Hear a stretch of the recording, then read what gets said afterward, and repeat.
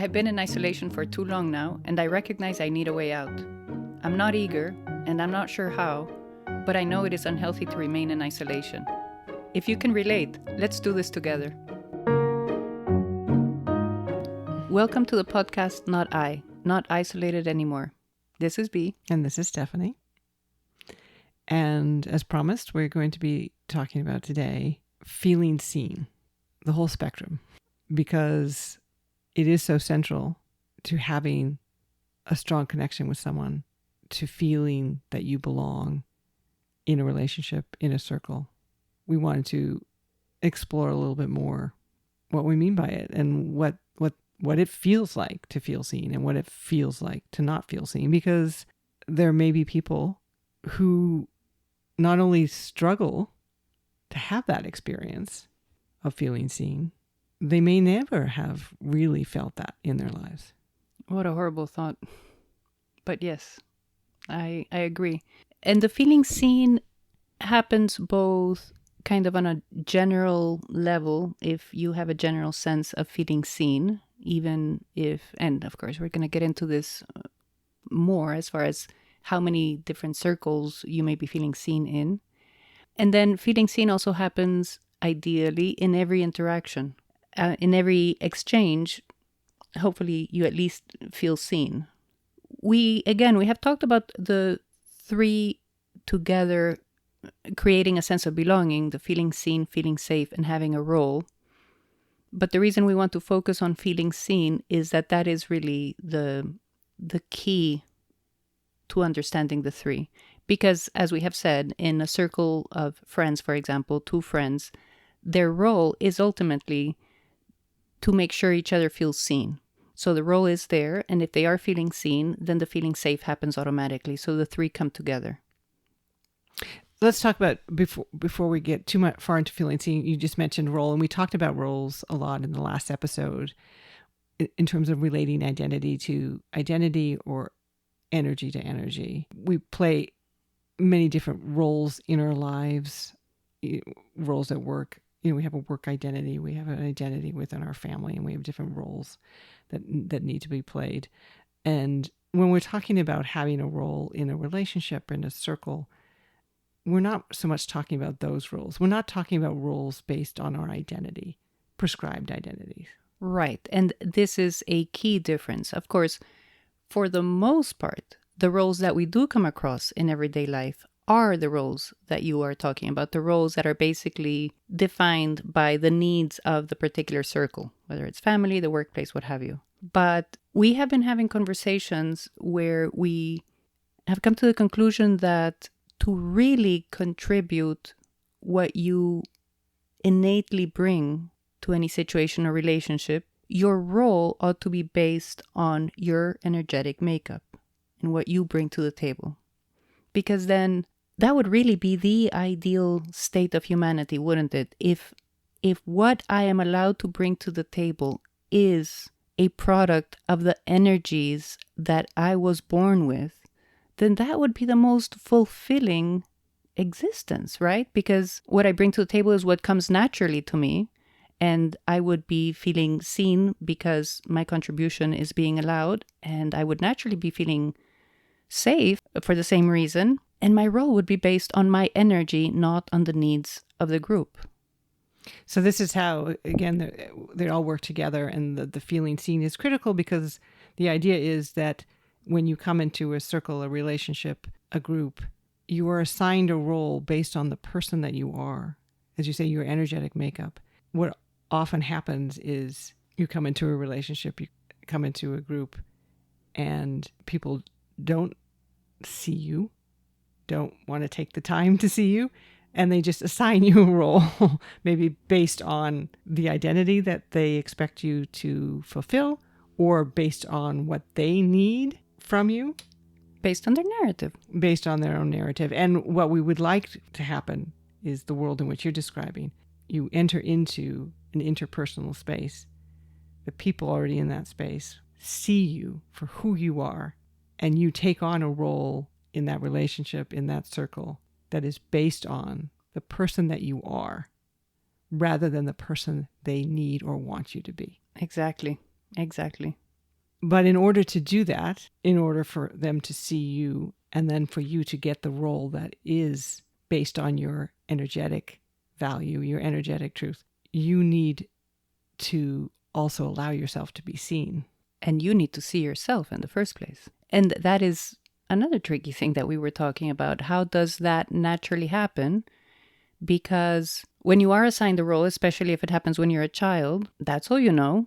How could you possibly know that there's another possibility, that there's a you inside that doesn't necessarily match that? And that is a tricky part. No, that is why the circle is so important. And that is why it's so important that everybody in the circle understands these energetic exchanges, because presumably a leader in this child's circle, be it family or whatever the circle may be, should get to know the child or go through some process that allows a child to get to know him or herself. And this was part of what was interrupted for you, this self-discovery process, such that it wasn't really until you experienced this kind of more profound isolation and you took that time to really think about yourself and your own needs and desires that you felt capable of seeing yourself and now invested in going out into the world and showing yourself to other people and being seen.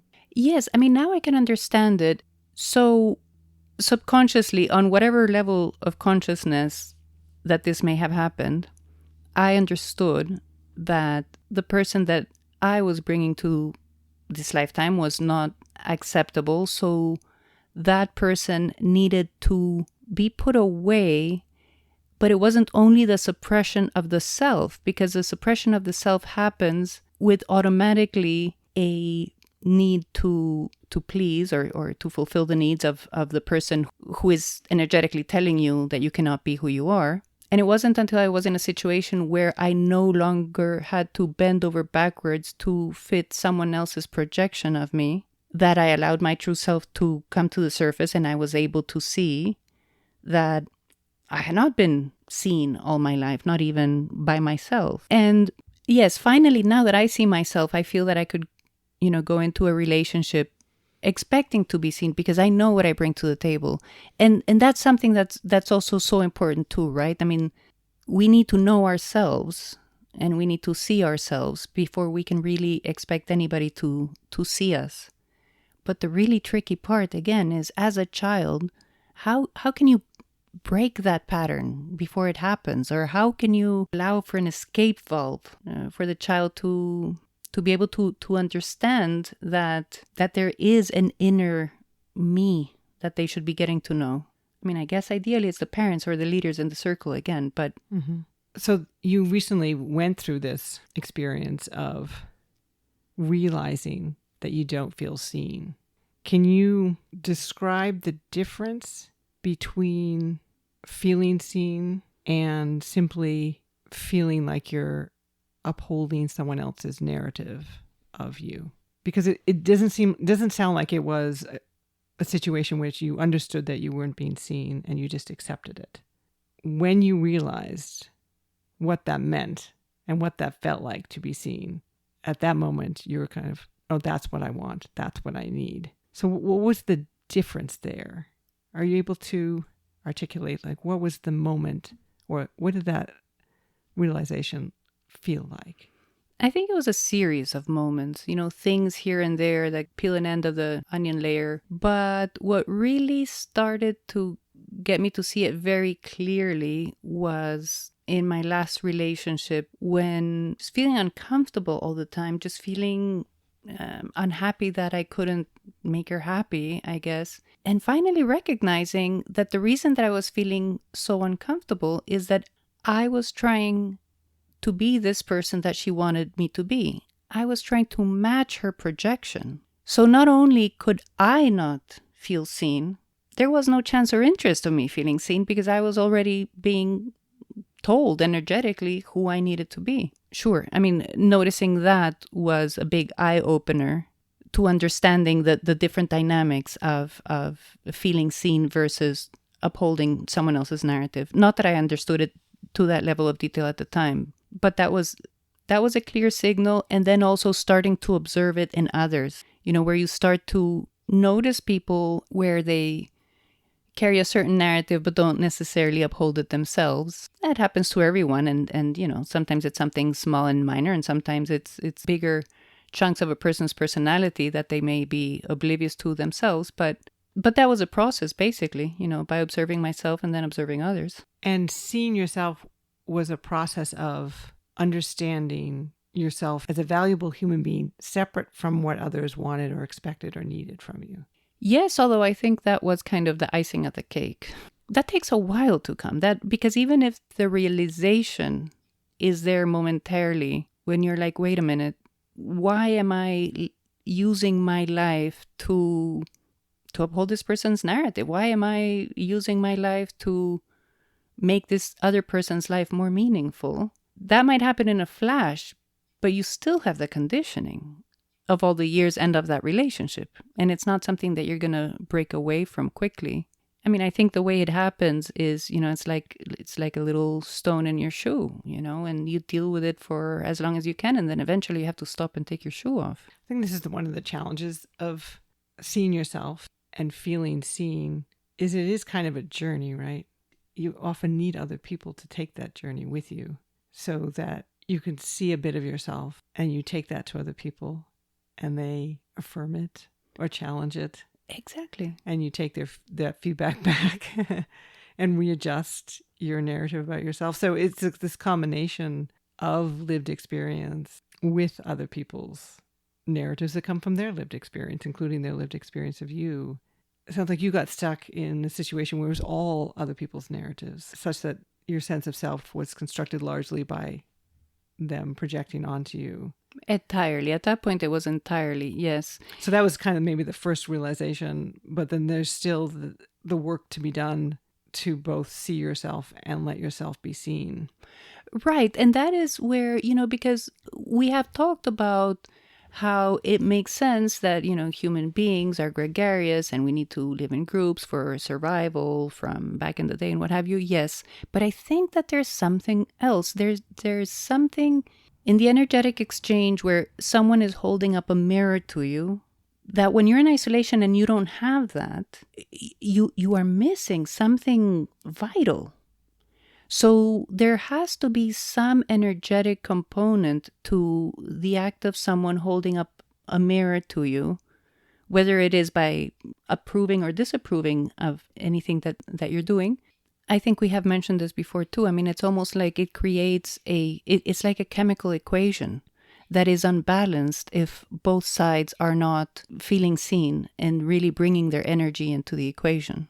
And it seems that by us not feeling seen, it's like such a simple phrase to say, but there really seems to be so much connected to it.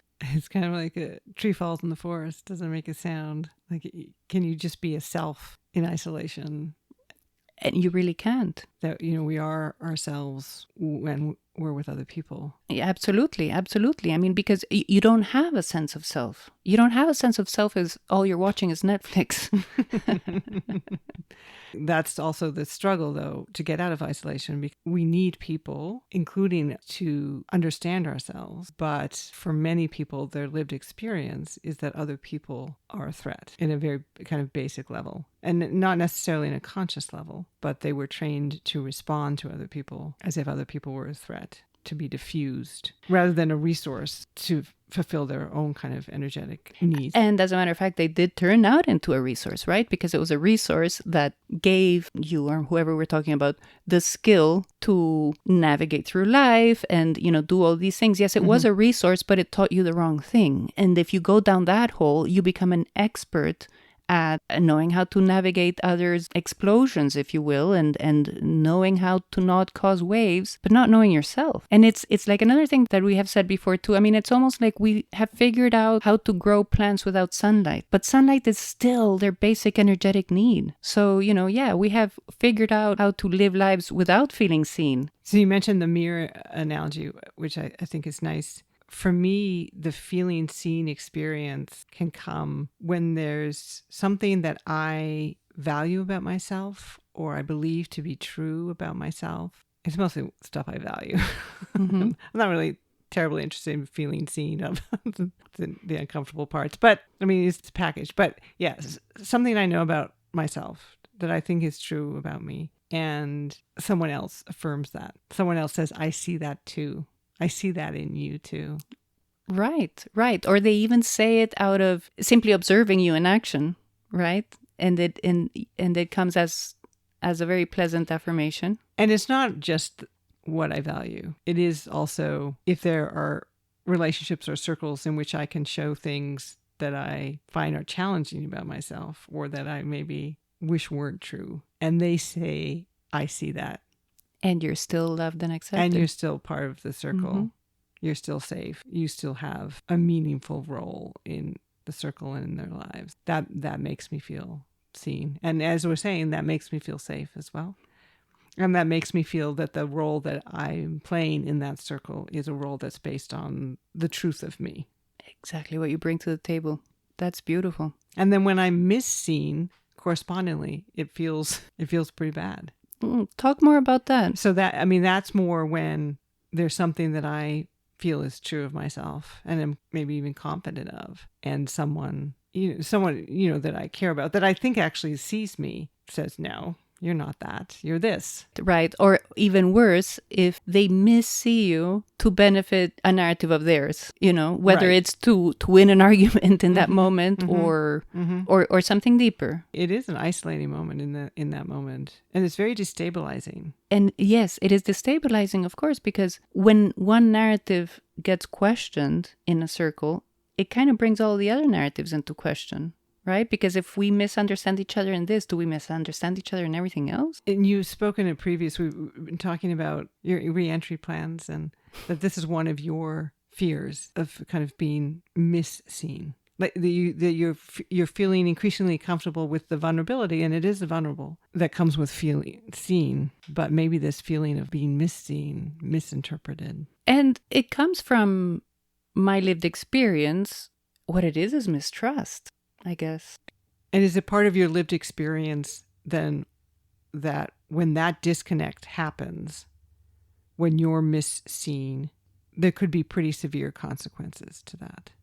Well, one thing that happens is that because it can throw everything into question, it can easily, make you give up on that circle.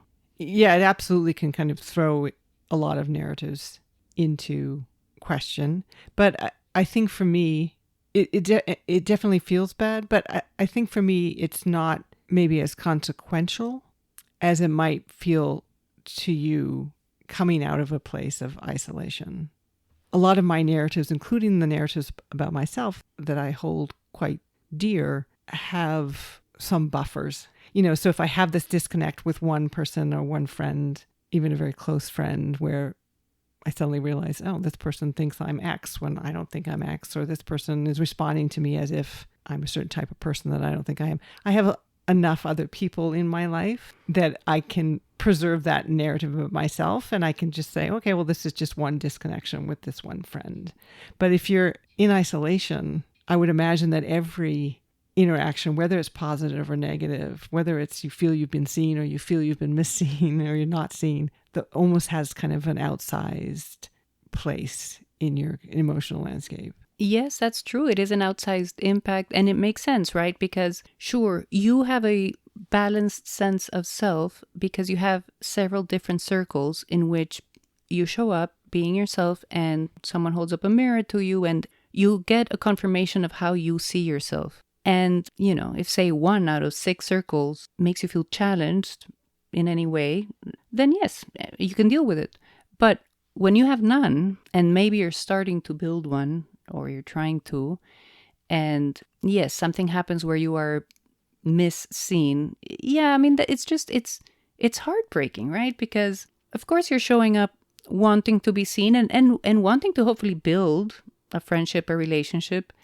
And then when you discover that you have been misread, or that you are not communicating yourself in the way that you would like to, or whatever it is that results in the person seeing you as something different than you are, whenever you find that out, you're right, it's isolating. It's just, and it makes it even more difficult to make you want to go out and try, because it's a confirmation of the narrative that there's no one out there for you, to see you, even just as a friend. You mentioned too, though, in a previous episode about even just say going to the store, and if you sense the cashier sees you, that also having kind of an outsized impact on you. Yes, thankfully so. Thankfully so, because, for the long time that I was in isolation, sometimes it was just those little smiles and interactions that kept you going. I mean, I realize it sounds, I want to say the word pathetic, and I know I shouldn't be judging myself, but that is what comes to mind.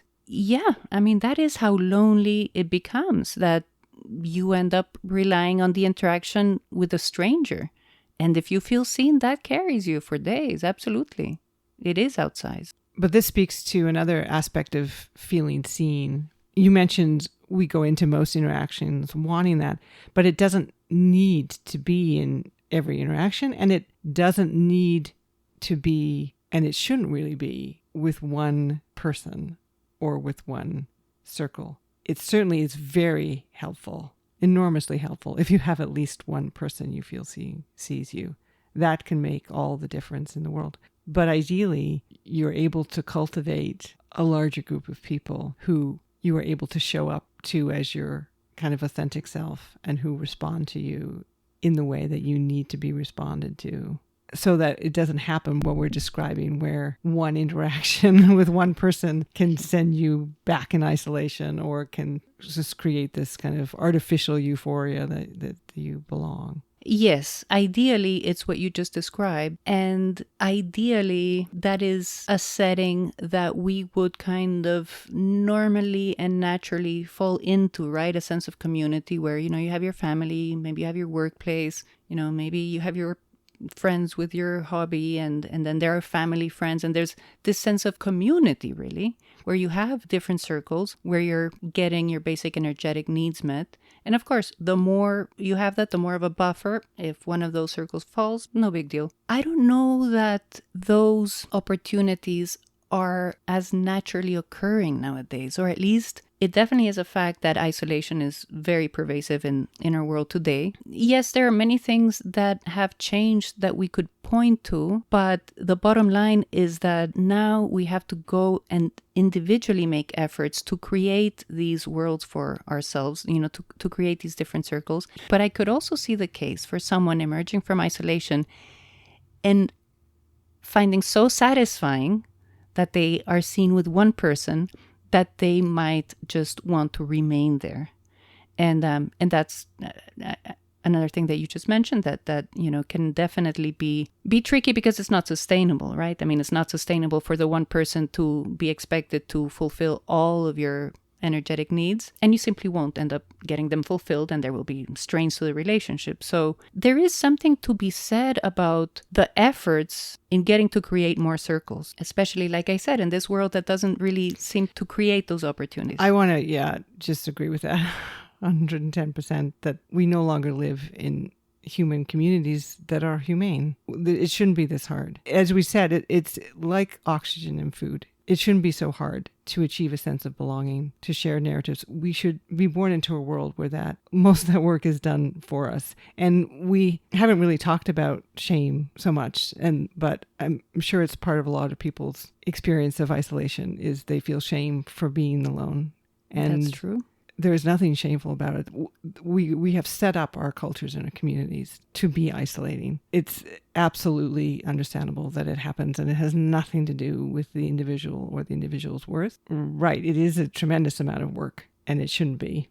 Yeah, especially because it is when you have the least energy possible to go and meet the world, you require an overwhelming amount of energy to overcome those feelings and actually join the world successfully. And I think that the other part of the problem is that once, let's say you get all the energy to go out and meet the world, right? I mean, unfortunately, nowadays we are in an overconsumption of everything, data, whatever, and we're always taking in, and rarely do we feel seen. So it makes sense that then when you do meet another human being, the natural tendency is to want to feel seen, to ask to feel seen. But we don't really have the capacity to see as much anymore. And I think that that is another factor in the equation that makes it so difficult in trying to emerge from isolation. But this is what you signed up for in the podcast, is to do that work. So by the time the next episode rolls around, we're going to have given you